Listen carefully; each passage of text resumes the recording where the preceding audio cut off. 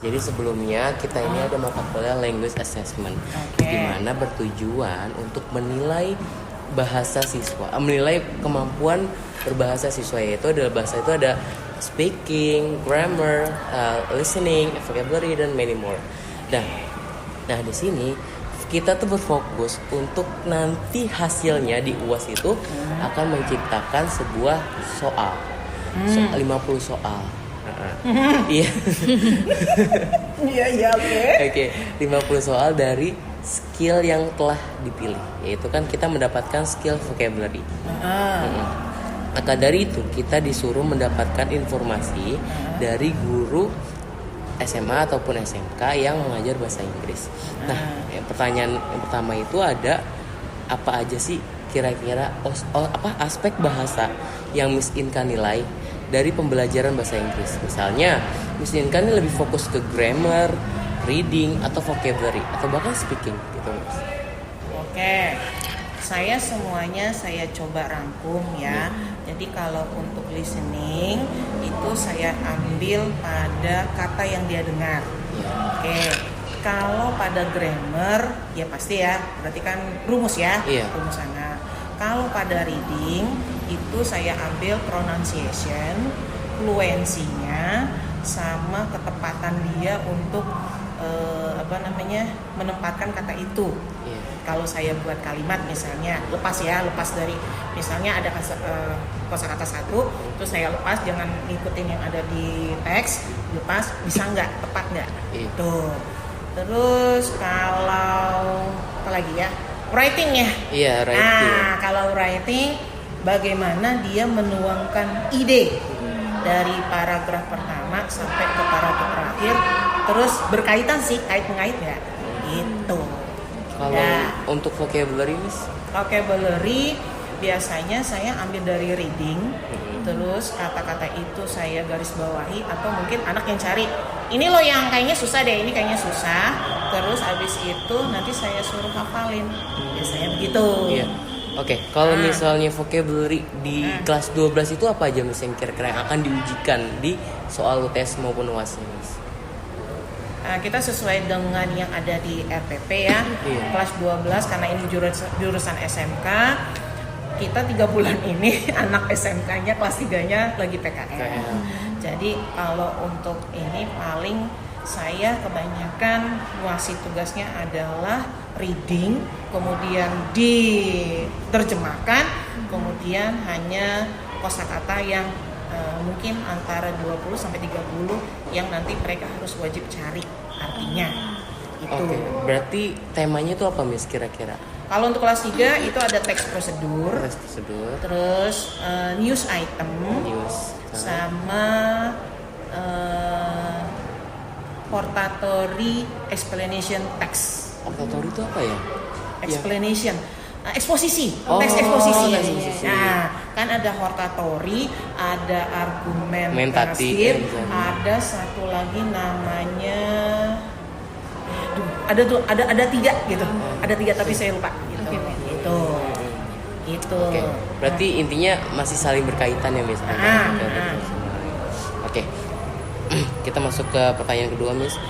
Yang kedua itu adalah kira-kira metode asesmen apakah yang biasanya Miss gunakan untuk mengukur kemampuan siswa dalam setiap aspek bahasa? Misal, kalau Miss mengukur kemampuan grammar dari soal yang diberikan Miss, lalu mereka bisa menjawab dengan benar. Misalnya seperti itu. Betul. Iya, betul kalau grammar gitu.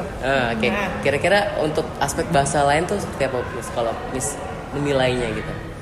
Kalau reading berarti lari lagi ke pronunciation. Ya. Terus sama cara dia ngucapin. Cara dia pengucapannya maksudnya gini loh. Kadang-kadang yang saya temuin itu kayak kemarin itu as yang artinya kami, sering banyak dibacanya jadi us. Itu. Jadi yang saya pahami waktu dulu mereka belajar, jadi cara bacanya dalam bahasa Indonesia. Apa sih namanya? Fonetik ya. Fonetik. Nah, itu. Jadi kadang-kadang kelabakan di situnya, dimana nilainya kita udah bilang nih, misalnya itu as gitu kan, tapi tapi tetap lagi us.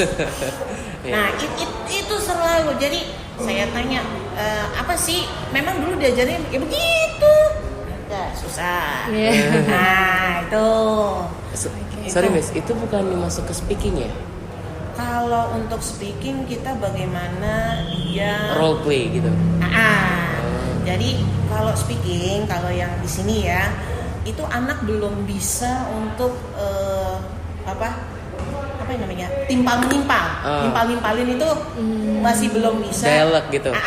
Dialognya itu kalau dilepas, dia jawabannya tuh ntar nggak sesuai dengan yang diharapkan. Gitu. Yang ada nanti bahasa slang, tapi tidak nyambung. Tapi kalau anak yang memang dia udah suka bahasa Inggris, itu akan beda TikToknya, itu akan beda gitu. Tapi kalau anak yang middle ke bawah, nah itu kamu akan menemukan bagaimana susahnya. Oke.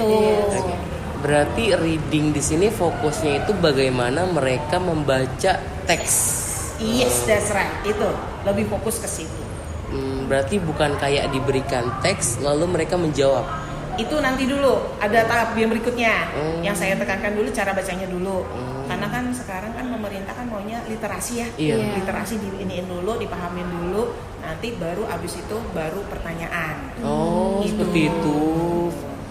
Karena banyak sekali ya sekarang nih kalau dikasih teks, dikit-dikit Google Translate, ya kan, jebret. Lepas dari Google Translate, nggak tahu artinya apaan ya. Nah, itu jadi lebih fokus ke situ dulu. Itu lagi. Kalau misalnya skill vocabulary berarti ketepatan siswa itu menebak arti dari vocabulary tersebut. Betul. Sama paling sinonim ya. Oh iya, sinonim, antonim.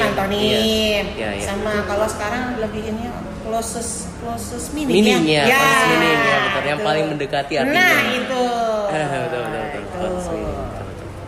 Oke. Next kita masuk pertanyaan ketiga.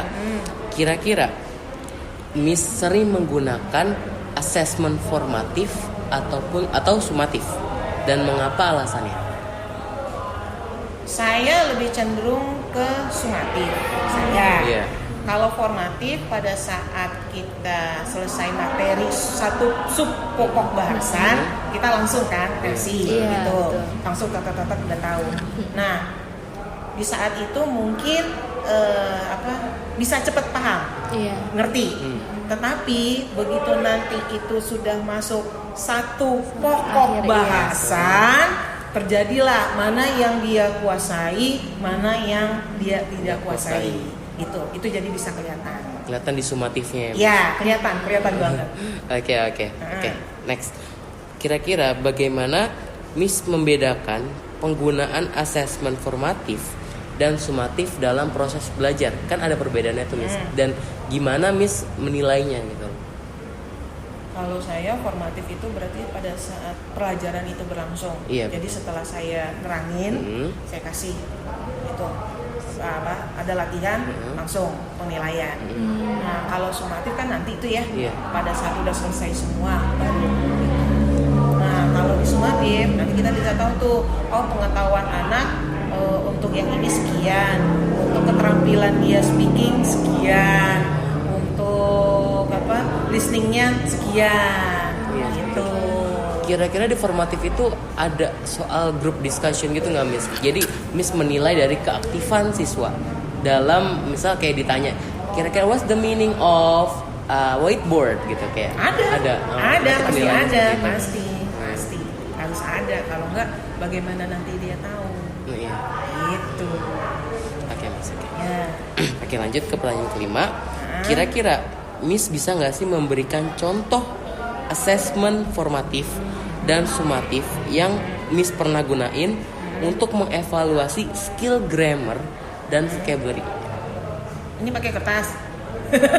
Ini pakai kertas gimana nih? Gimana? Contoh assessment formatifnya gitu loh Miss. Ini formatif sumatif dari skill grammar dan biasanya kalau ini di esai ya, esai. Kalau di formatif itu biasanya misalnya saya ambil contohnya misalnya past tense. Iya, past tense. Past tense. Lalu kan di situ ada kalimat positif, negatif, sama tanda tanya, interrogatif, sorry. Nah, terus nanti saya misalnya di kalimat positif itu udah saya buat dulu kalimatnya. Misalnya apa, I bought some pen yesterday. Nah, nanti itu anak tugasnya merubah kalimat itu menjadi kalimat negatif sama kalimat tanya. Itu contoh. Atau saya balik, saya misalnya di kalimat negatifnya nih yang saya tulis. Nah, rubah itu bisa nggak merubah ke kalimat positifnya sama kalimat tanya. Karena yang saya temuin nanti nih kata kerjanya pada kalimat positif pasti nggak dirubah. Itu aktivitinya. Kalau sumatif ya semuanya kayak gitu keluar. Terus nanti reading text ada tuh, ada satu paragraf ya Ki misalnya gitu ya teman-temannya, satu paragraf penuh bla bla bla bla bla. Nanti saya tanya tuh apa, from this text ya what kind of text is this, atau you can conclude what gitu. Oke, itu yang untuk skill grammar. Kalau vocabulary kira-kira bagaimana, Mbak? Vocabulary paling Masih ke meaning gak sih, Miss? Meaning dari si teksnya itu bisa, tapi kalau saya cenderung ke kayak soal kayak menjodohkan, tau nggak? Yang dikasih beberapa kosakata, ada kalimat titik depannya apa, terus titik-titik. Nah, nanti dari ini nih ada pilihannya tuh apa. Nah, di sini nih masuk kosakatanya apa. Oh, misal ibu, di sini titik mother gitu misalkan. Contohnya gini, I don't know Mr. Watson, but I know Mr. Watson, but I don't know titik-titik wife. His berarti. Iya.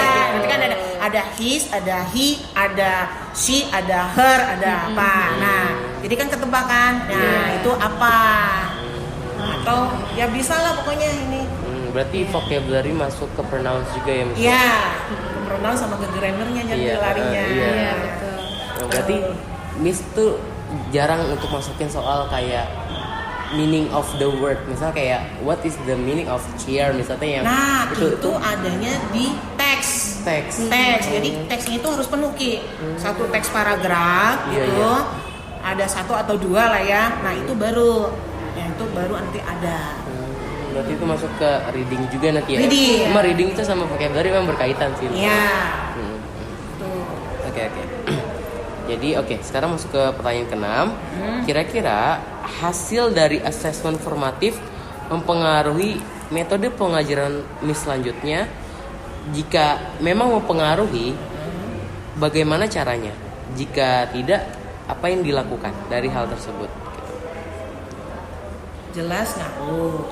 Berarti yang saya bisa disimpulkan, mungkin cara saya ngajar satu kecepatan, atau si anak itu memang low, atau memang metodenya agak salah. Jadi untuk introspeksi ke saya itu. Nah, nanti selanjutnya apa yang harus saya lakukan? Saya rubah caranya. Oh, berarti dengan metode ini saya nggak bisa. Nah, di kelas ini misalnya di kelas ini mungkin dengan metode saya yang A, di kelas yang B bisa gitu. Tapi di kelas itu ya saya harus rubah gitu. Berarti mempengaruhi ya, Miss ya? Iya, pengaruh loh. Oke. Kita masuk ke pertanyaan selanjutnya. Dalam asesmen sumatif, aspek apa aja yang biasanya Miss prioritaskan untuk diukur dalam sumatif? Pengetahuannya. Iya.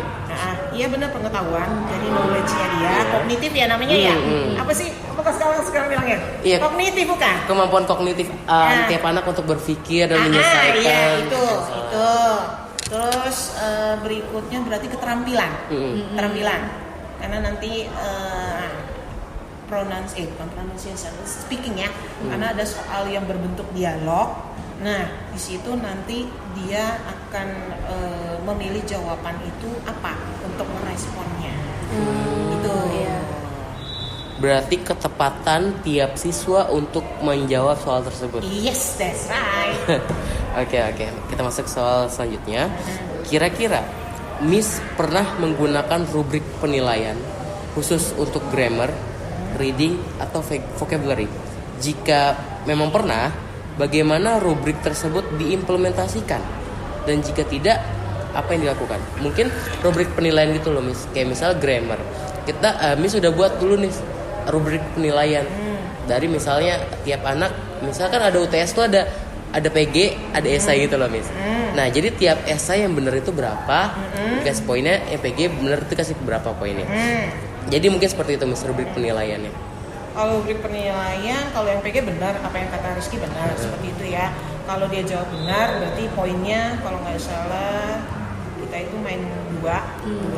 Tapi kalau dia salah, kita nggak kenakan apa-apa. Gitu. Tapi kalau di esai, kalau di esai kita lihat dulu dia itu satu jawabnya tepat gak sih dengan dengan yang pertanyaannya. Itu ada. Saya biasanya bikin skor itu antara 1 atau 2. Ya. Terus yang berikutnya adalah di cara dia menulis, artinya bisa dinilai dari grammar. Bener nggak tuh? I ketemunya apa bla bla bla bla bla ini itu.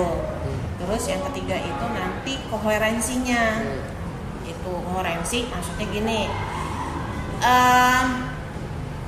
Dia menyampaikan ide dari pertanyaan secara esai itu berkaitan gak sih, nyambung gak sih? Iya.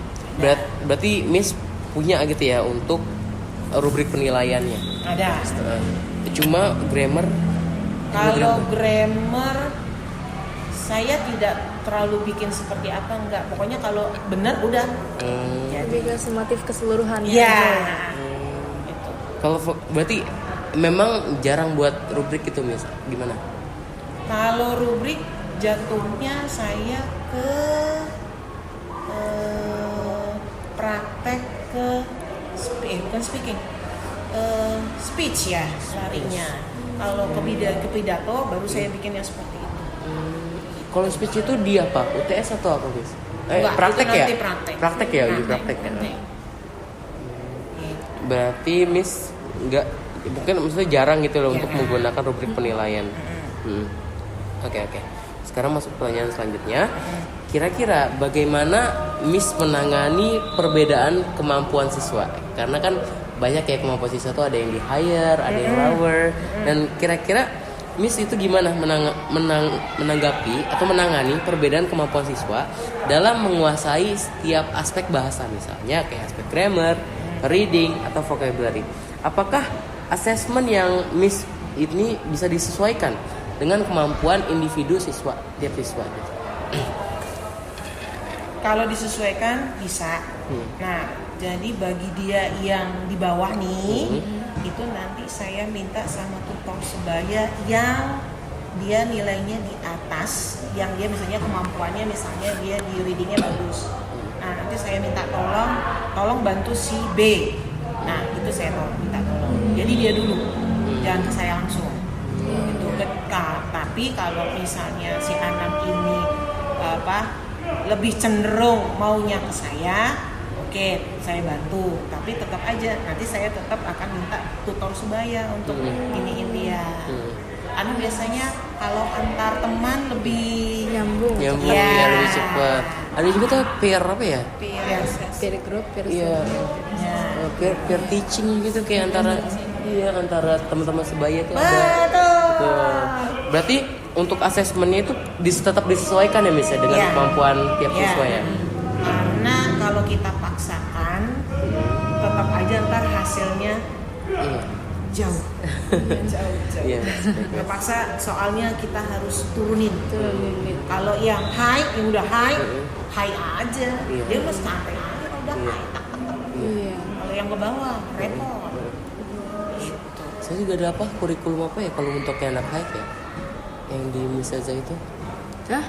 Ini cara pembelajaran yang berbeda, Miss, kalau untuk murid yang diferensial. Ya enggak? Enggak, pakai kurikulum apa sih namanya? Merdeka. Enggak. Saya lupa gitu ada, Miss. Jadi dia menggunakan pembelajaran yang beda. Jadi buat orang yang memang genius, dia tuh pembelajaran pasti bakal lebih bosan gitu ketika betul. ketika ya udah panjang itu aja gitu. benar. Iya. Itu terjadi tuh. Terjadi. Makanya dia lebih ini, makanya jadinya apa? Kalau saya minta tolong sama dia, kamu terangin coba artinya. Ya meskipun kadang-kadang nanti nih, ini saling ejek nih. Lu gitu aja kagak bisa. Iya. Biarin aja dia dulu. Nanti kalau ini lihat bener nggak ada perubahan nggak. Biasanya untuk kamu lebih enak malah. Iya. Kalau sama guru, Iya betul. Oke, kita masuk ke pertanyaan selanjutnya. Kira-kira bagaimana feedback yang diberikan kepada siswa setelah asesmen dilakukan, baik formatif maupun sumatif. Jadi siswa ketika sudah tahu hasil dari asesmen formatif maupun sumatif itu, kira-kira apa feedback yang Miss lakukan? saya lakukan. Iya. Kalau yang nilai, Yang diberikan siswa nih? berarti siswanya kan feedback dari siswa ke saya iya, kan. iya. Satu, kalau nilainya jelek, mohon ke saya minta diremedial. Gitu. Oke, iya. Karena itu terjadi. Ini kan kita barusan ulangan blok dan nilainya itu banyak yang jatuh, gitu. Jadi mereka itu meminta sama saya, minta pakai remedial. Nah, terus supaya apa? Pada saat nanti di rapot itu nilainya tidak seperti itu. Itu. Ada yang cuek. Apa? Hah? Apa? Tamu. Ini tamu saya. Ya itu ada lagi maksudnya. Ada lagi siapa? Orang tuanya murid. Orang tua murid. Ya nggak tahu kenapa bawa ada. Masa kagak ada yang nelfon saya? Orang ini yang nggak angkatan kan? Ntar kalau udah selesai awas dulu. Entar dulu. Apakah mungkin ada kayak sikap acuh gitu, jadi kayak males gitu, mungkin kayak kok gue udah capek-capek ngisi tapi jawabannya salah terus jadi males belajar gitu, ada nggak misalnya? Kalau kira-kira? ada karena ternyata salah persepsi gitu Iya. loh. Dia ngarepin gini, yang saya tangkap ya dari anak-anak tuh, gue ngisi kayak gini, nanti gue kalaupun salah gue dikasih upah nulis itu sekian, tapi ternyata upah nulis itu tidak ada dengan saya gitu. Nah itu kenapa sih? Ya, emang nggak ada kayak gitu. Gitu. Jadi reaksinya yang satu, kalau yang low pasti minta remedial, ada yang B aja, katakanlah sekarang B aja, terus ada yang high, dia akan lebih ini sama pelajaran. Gitu. Oke. Kita masuk ke pertanyaan selanjutnya. Kira-kira apakah dalam pembuatan tes bahasa itu semuanya, Miss selalu merujuk kepada tujuan pembelajaran atau lesson objective? Jika iya, bagaimana proses tersebut itu dilakukan? Dan jika tidak, apa yang dilakukan? Misalnya, Miss sedang membuat soal. Jadi Miss itu selalu berpatok kepada tujuan pembelajaran, tujuan yang Miss tetapkan dalam tiap kelas itu, pembelajaran itu seperti apa harus seperti itu. Betul. Supaya jangan melenceng. Iya. Benar. Harus kita lihat lagi pada tujuan pembelajaran, betul. Misalnya kalau saya ngeluarin soal reading, gitu kan. Berarti ini tujuannya apa? Oh, anak ini mengerti dengan isi teks ini, bisa menyimpulkan hasil dari teks ini. Jadi paragraf yang disajikan itu dia paham. Nah, terus tujuan dari penulisnya tuh apa? Ya benar. Iya benar. Gitu. Berarti sesuai ya Miss dengan tujuan pembelajaran Miss. Oke. Sekarang masuk ke pertanyaan selanjutnya. Ntar dulu, Ki.